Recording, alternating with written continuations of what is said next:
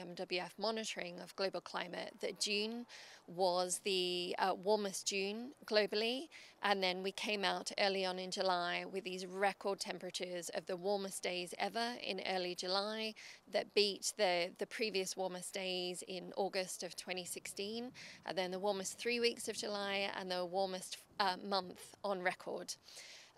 So we're not surprised by these trends because we know that global temperatures will continue to increase as we have higher greenhouse gas concentrations in the atmosphere.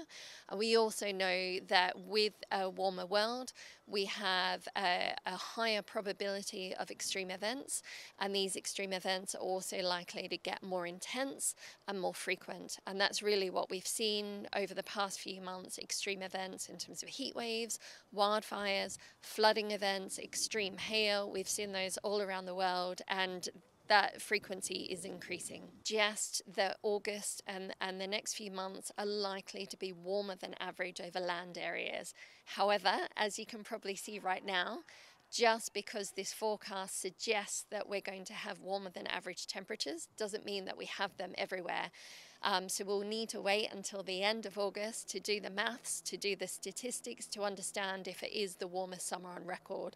But I think with the warmest June on record and those records in July that really exceeded expectations of where we've been in the past, it is highly likely that this will be the warmest summer that we've ever seen. Yeah, so for the warmest year, when we look at the 7 months we've had so far, every month has more or less been in the top 5 warmest months, with June and July being in first place.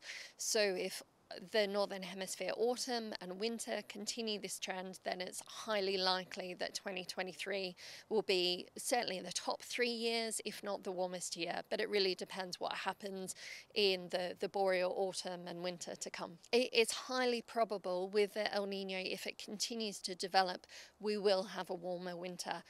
Maybe not everywhere, and the trends that the science is telling us suggest that we're likely to have a warmer winter and that these global record temperatures will continue. It may not be top, but it might be top 5. We also know the warmer the world is, the more likely we are to have extreme events, and that frequency and intensity of extreme events will continue to increase as global temperatures to increase. And this is why it's so important to cap our emissions and get to net zero as quickly as possible. Yes, extreme events can be really hard to predict, so we'll never get identical conditions, but we will get more extreme events. We know that.